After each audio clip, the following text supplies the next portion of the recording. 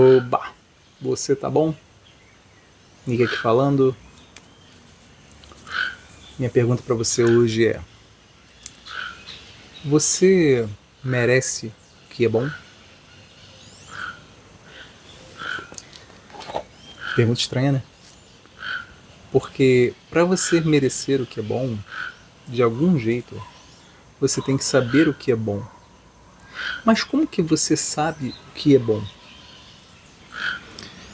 Porque essa palavra bom, ela é tão ampla, mas será qual é o verdadeiro significado dela? Porque como você pode merecer algo que é bom se você não sabe o que é bom? Se você tem uma vida, nessa vida você acha que você tem do bom e do melhor. Mas se você não sabe o que é bom, por que você diz que você tem do bom e do melhor? Ou você gostaria de ter o que é bom, mas se você não sabe o que é bom, como você vai saber o que você deseja?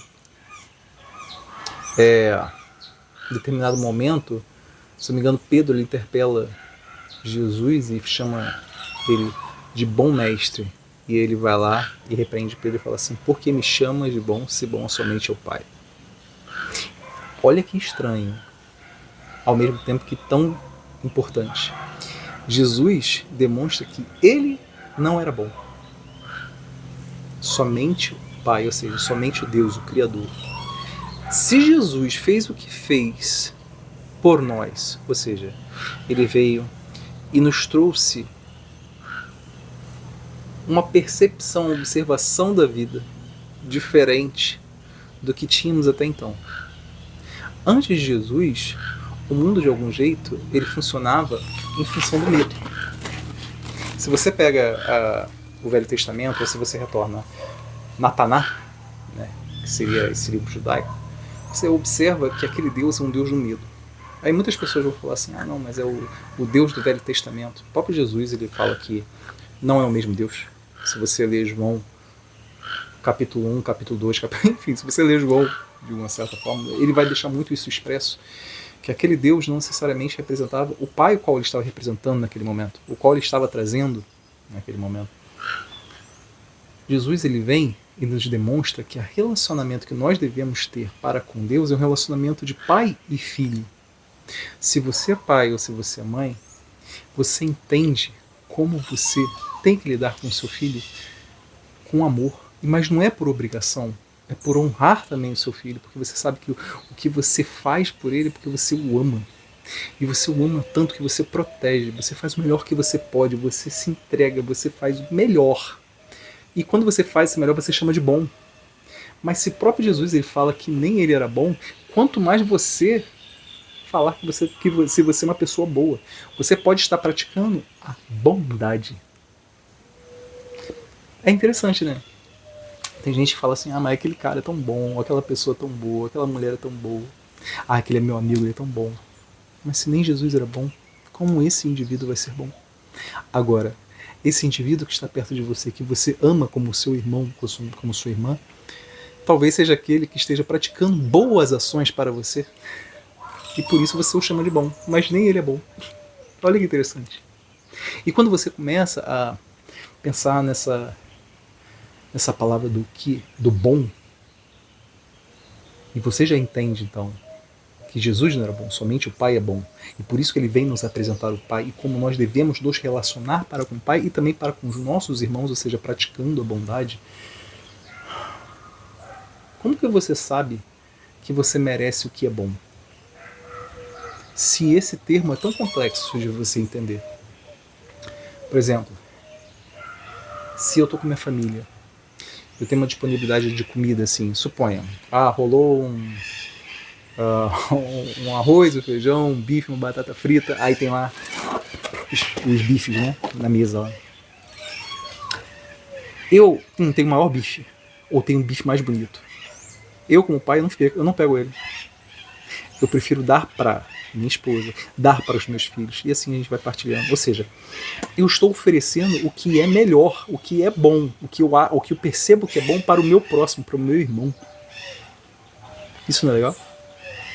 Eu poderia falar, não, melhor para mim. Olha o individualismo no sentido de, como assim eu posso dizer, ganância, esse sentido de materialista, de que aquilo ali tem que ser seu. É isso que a gente tem que trabalhar contra.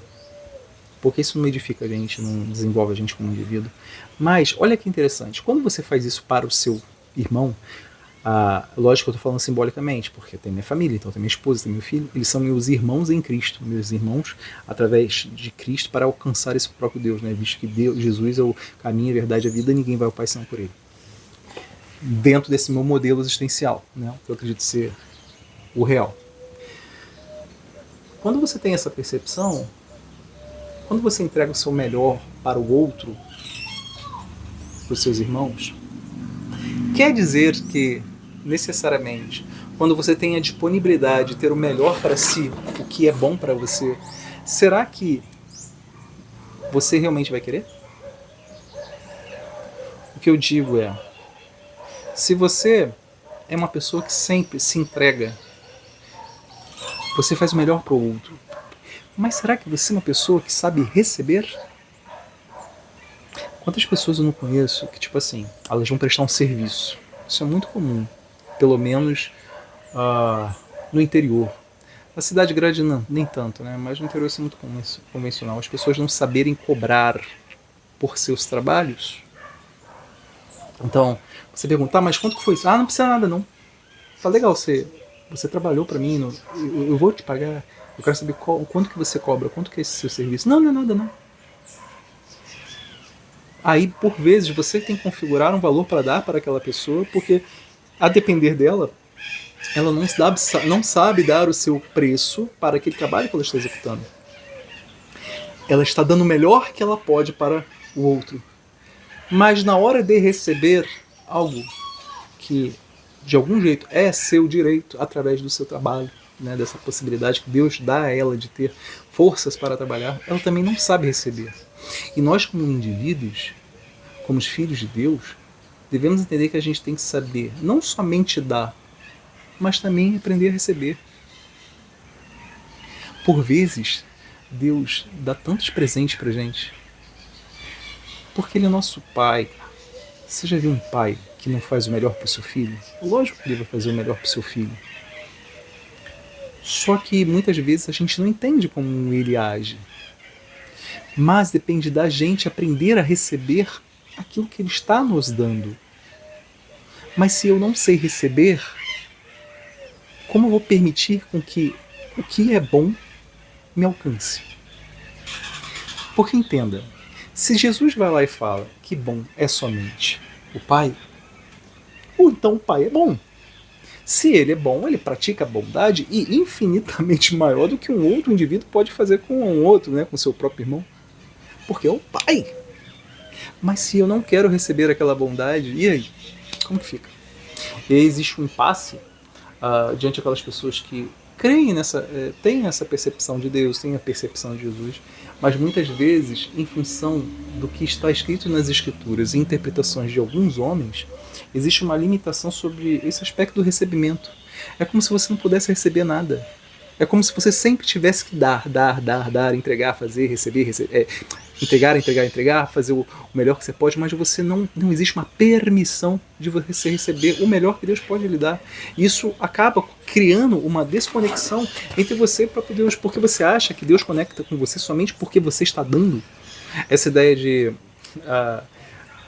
que Deus está junto de você por causa das obras que você pratica. Cara, não é pela graça? Primeiro que, antes de você realizar qualquer trabalho que seja, existiu a vontade de Deus, na realidade, existiu a ação de Deus para que assim você existisse. Então, só de você existir já é uma graça, é um presente, é um dom, a sua própria vida.